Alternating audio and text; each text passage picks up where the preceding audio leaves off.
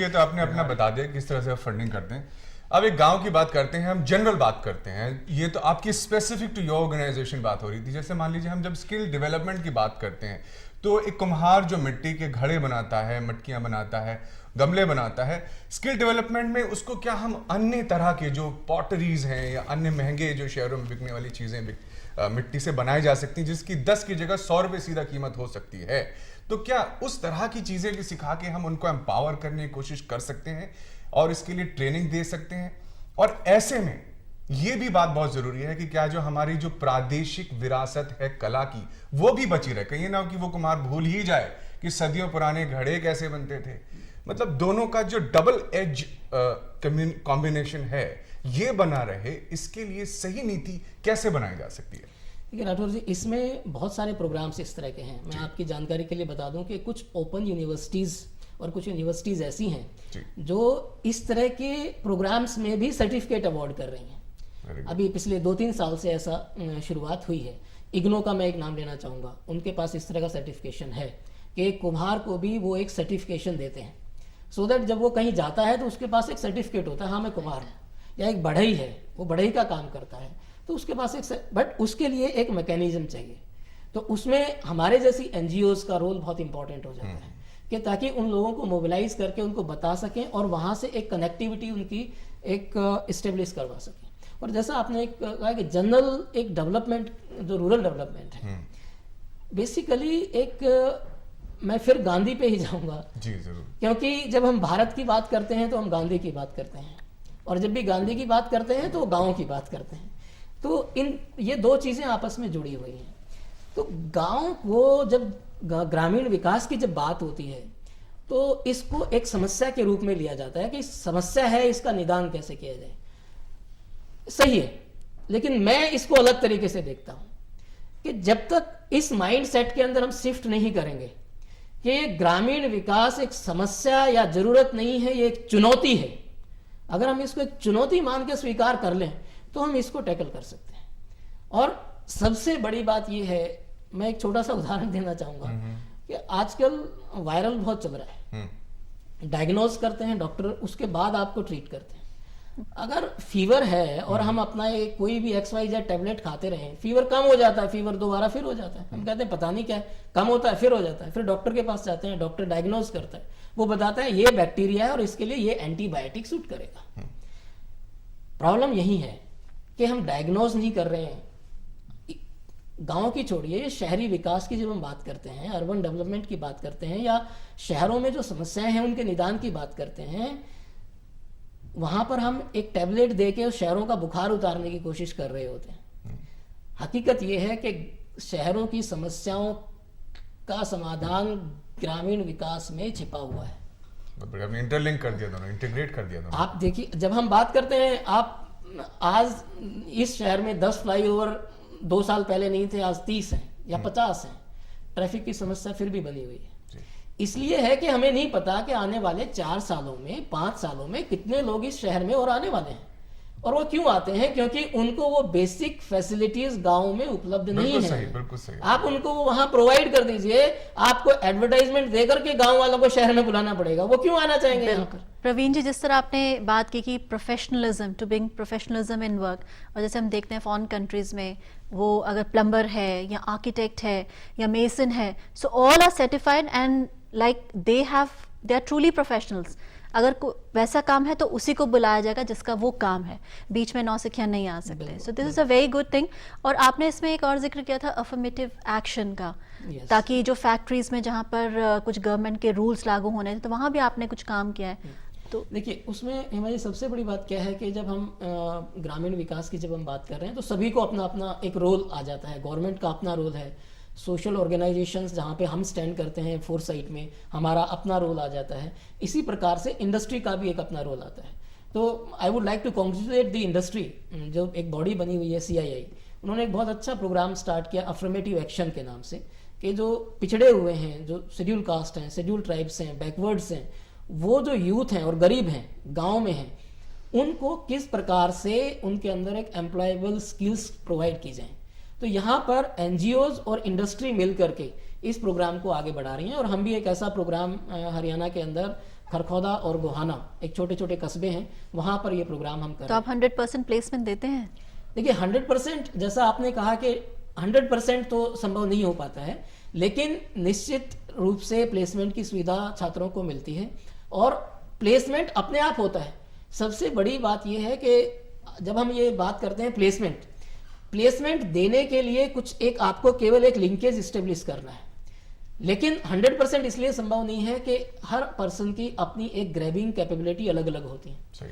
लेकिन निश्चित रूप से प्लेसमेंट आज समस्या नहीं है।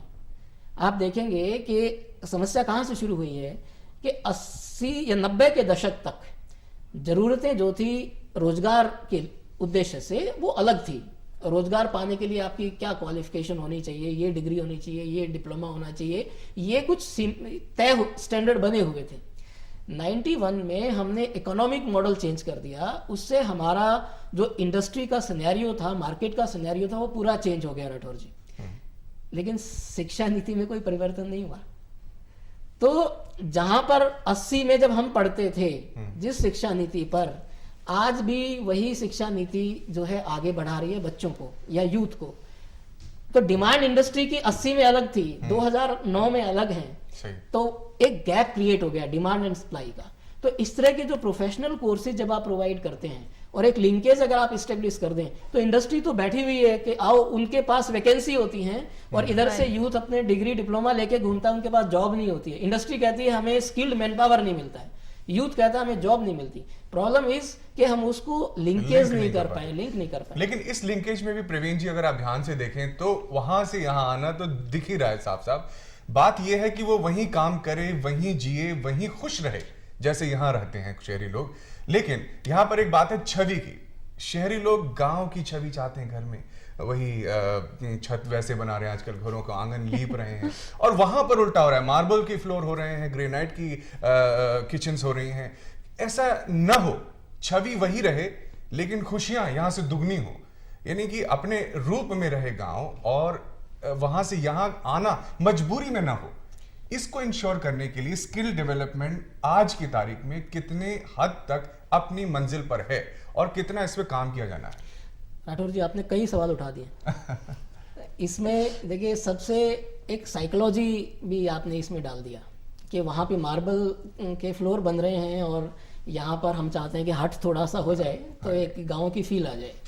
तो इसमें सबसे जो महत्वपूर्ण बात है वो ये है कि over a period of time, ये हम सब का दुर्भाग्य है कि ऐसा हो गया है कि शहर का मतलब अच्छा, गांव का मतलब बुरा। छवि बन गई है कि शहर का मतलब मॉडर्न, गांव का मतलब पिछड़ापन। इसी तरह से हेमा जी ने कहा कि एक कारपेंटर है, उसको एक सर्टिफिकेट मिलता है तो उसको फील होता है कि हाँ मेरे पास कोई स्किल है जिसको ऑथेंटिकेट किया गया है। तो धीरे धीरे पहले इस साइकोलॉजी को किल करना पड़ेगा कि गांव का मतलब पिछड़ा नहीं है, गांव इस देश की आत्मा है।